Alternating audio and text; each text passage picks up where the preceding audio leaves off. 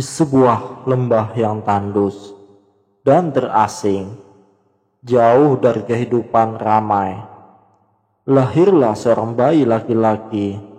Bayi itu adalah Nabi Ismail alaihissalam, putra pertama dari Nabi Ibrahim alaihissalam dan Siti Hajar. Kelahiran Ismail merupakan rahmat yang sangat dinantikan. Setelah bertahun-tahun Siti Hajar dan Ibrahim menanti keturunan. Meskipun Siti Hajar sempat merasakan kesedihan karena belum dikaruniai anak, ia tetap sabar dan tawakal kepada Allah.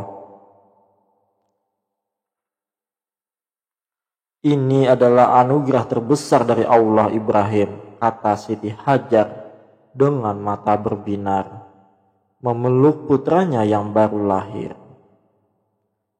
Nabi Ibrahim tersenyum, tatapannya penuh kebahagiaan dan rasa syukur. Aku berharap Ismail kelak akan menjadi seorang yang soleh. Pemimpinnya akan membawa umat kepada Allah. Semoga dia menjadi petunjuk bagi umat manusia. Mereka berdoa bersama, memohon agar Allah memberkahi kehidupan bayi yang baru lahir dengan petunjuk dan keberkahan. Setelah beberapa waktu, Allah memberikan perintah kepada Nabi Ibrahim alaihissalam untuk meninggalkan Siti Hajar dan Ismail di sebuah lembah yang tandus dan jauh dari peradaban. Meskipun hatinya berat, Nabi Ibrahim alaihissalam mengikuti perintah Allah dengan penuh ketundukan. Siti Hajar, Allah telah memerintahkan aku untuk meninggalkanmu dan Ismail di tempat ini, kata Nabi Ibrahim dengan suara yang tegas namun penuh rasa kasih sayang. Ini adalah ujian, tetapi aku yakin Allah akan menjaga kalian. Siti Hajar terdiam sejenak, hatinya berat mendengar kata-kata suaminya. Namun, ia tahu bahwa apa yang diperintahkan oleh Allah pasti ada kebaikan di baliknya. Aku akan percaya kepada Allah Ibrahim. Semoga Dia melindungi kami. Dengan berat hati, Nabi Ibrahim alaihissalam meninggalkan mereka berdua, melangkah pergi menuju perjalanan yang tak pasti, dengan doa dan harapan agar Allah menjaga mereka. Waktu berlalu, namun keadaan di lembah yang gersang itu tidak berubah. Tanpa air dan makanan, Siti Hajar merasa cemas. Bayi Ismail yang baru lahir mulai menangis kehausan. Siti Hajar yang panik segera berlari mencari air menuju Bukit Safa. Ya Allah, di manakah air untuk anakku? Teriak Siti Hajar dalam kebingungannya sambil berlari di antara dua bukit. Ia berlari secepat mungkin ke Safa, namun tidak menemukan apa-apa. Setelah itu, ia berpaling dan berlari menuju Bukit Marwah. Setiap langkahnya terasa berat, namun ia tak menyerah. Rasa cinta pada anaknya dan kepercayaannya kepada Allah Subhanahu wa Ta'ala dalam memberi kekuatan. Setelah berlari tanpa hasil, Siti Hajar hampir putus asa. Namun tiba-tiba dari tempat yang sebelumnya ia lewati, air keluar begitu saja. Air yang jernih mengalir deras, memenuhi bumi yang sebelumnya kering. Siti Hajar terperanjat, kemudian berlari kembali menuju Ismail. Ismail, lihatlah, air telah muncul. seru Siti Hajar dengan penuh kegembiraan. Air tersebut terus mengalir dan memberi kehidupan bagi mereka berdua. Air ini kemudian dikenal sebagai air Zam-Zam yang menjadi sumber kehidupan bagi banyak orang hingga kini. Suatu hari, sekelompok orang dari suku Jurhum yang sedang dalam perjalanan melewati lembah itu, mereka melihat Siti Hajar dan Ismail yang kini hidup di sekitar sumber air Zam-Zam. Setelah berbicara dengan Siti Hajar, mereka memutuskan untuk menetap di sana. Ini adalah tempat yang subur, kata salah satu dari mereka. Kami ingin tinggal di sini dan bersama-sama hidup berdampingan dengan kalian. Siti Hajar merasa bersyukur. Alhamdulillah, semoga kedatangan kalian membawa berkah. Kami menyambut kalian dengan tangan terbuka. Dengan kedatangan kaum Jurhum, kehidupan di lembah itu mulai berkembang. Ismail tumbuh menjadi seorang pemuda yang kuat dan cerdas, dikelilingi oleh orang yang penuh kebaikan dan kebajikan. Ismail tumbuh menjadi pemuda yang tampan, cerdas, dan terampil. Ia tidak hanya dikenal karena kekuatannya, tetapi juga karena kesalehannya dan keteguhannya dalam beribadah kepada Allah. Ismail menjadi pengembala yang terampil dan memimpin bagi kaum Jurhum. Ismail, aku sangat bangga padamu, kata Nabi Ibrahim alaihissalam. Suatu ketika, kau telah menjadi pemuda yang luar biasa. Tidak hanya dalam kekuatan tubuh, tetapi juga dalam ketakwaanmu kepada Allah Subhanahu wa Ta'ala. Ismail tersenyum menerima pujian dari ayahnya dengan rendah hati. Ayah, aku hanya menjalankan apa yang kau ajarkan kepadaku. Semua yang aku lakukan adalah karena petunjuk Allah. Suatu malam, Nabi Ibrahim alaihissalam menerima mimpi yang sangat mengguncang hatinya. Dalam mimpi itu, Allah memerintahkan untuk menyembelih anaknya, Ismail. Meskipun ini adalah perintah yang sangat berat, Ibrahim segera menyadari bahwa itu adalah ujian dari Allah. Di pagi hari, Ibrahim menemui Ismail. Anakku, aku telah bermimpi, kata Ibrahim dengan suara penuh keteguhan. Namun di hatinya ia merasa sangat berat. Allah memerintahkanku untuk menyembelihmu. Apa pendapatmu tentang hal ini? Ismail tidak ragu. Ayah, lakukanlah apa yang diperintahkan oleh Allah. Aku siap melakukannya, asalkan Allah ridha.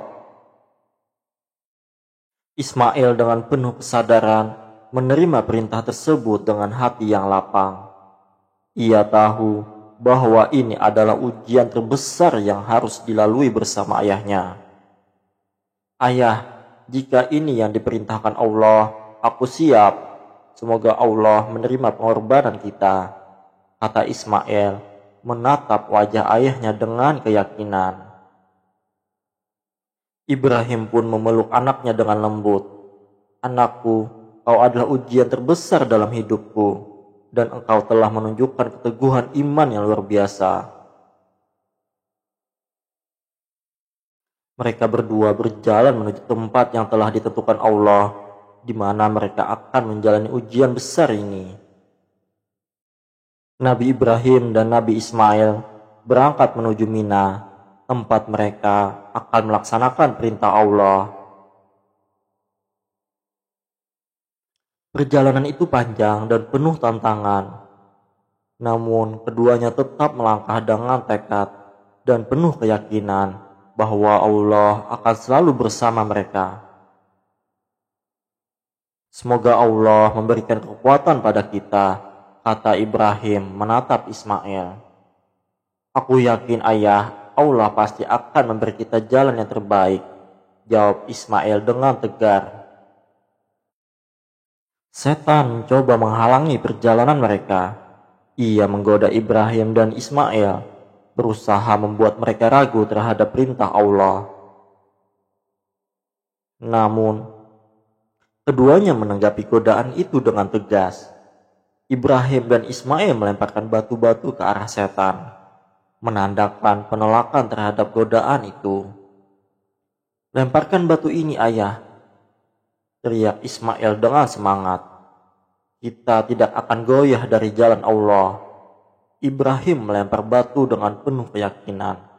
Kita hanya akan mengikuti perintah Allah, apapun yang terjadi. Saat Nabi Ibrahim alaihissalam dan Nabi Ismail alaihissalam berada di tempat yang telah ditentukan oleh Allah, Ibrahim dengan tangan yang penuh kelembutan memegang pisau, siap untuk melaksanakan perintah Allah. Wajahnya terlihat tenang, meskipun hatinya berdebar. Ismail yang sedang berbaring menatap ayahnya dengan penuh keimanan. Ayah, lakukanlah apa yang Allah perintahkan, kata Ismail dengan suara tegas, namun penuh ketulusan. Aku siap untuk memenuhi perintahnya.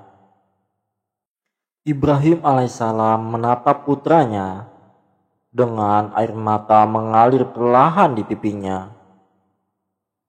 Anakku, Allah tidak akan menuntutmu lebih dari yang kau mampu.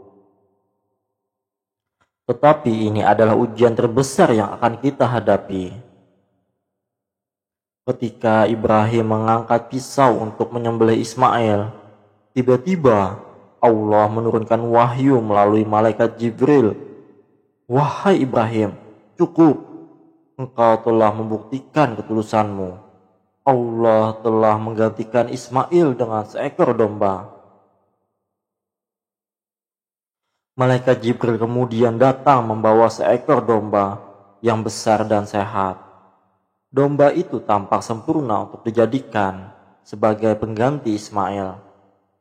Ibrahim melepaskan pisau dan memandang Ismail dengan penuh syukur. Anakku, Allah menerima ujian kita. Ismail tersenyum dengan wajah yang cerah. Alhamdulillah, Allah Maha Pengasih dan Maha Penyayang. Ibrahim memotong domba itu sebagai tanda rasa syukur kepada Allah. Mereka berdua melaksanakan perintahnya dengan penuh kesabaran dan keikhlasan. Kejadian ini menjadi salah satu bagian terpenting dari ibadah haji yang dilaksanakan oleh umat Islam hingga saat ini, yakni menyembelih hewan kurban.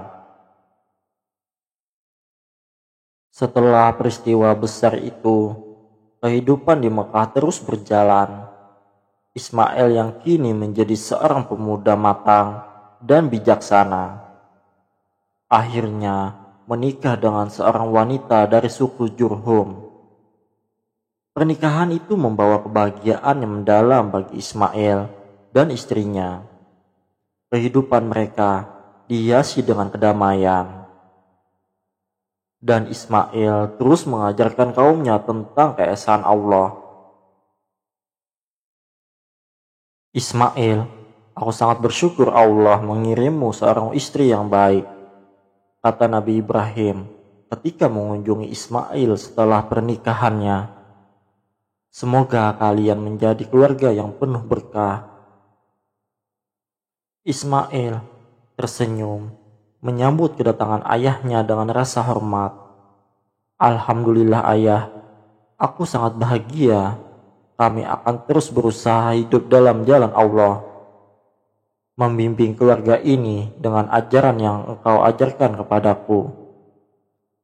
Anak-anak pun mulai lahir dari pernikahannya, dan mereka menjadi bagian dari keturunan Nabi Ismail yang kelak akan memainkan peran penting dalam sejarah umat Islam.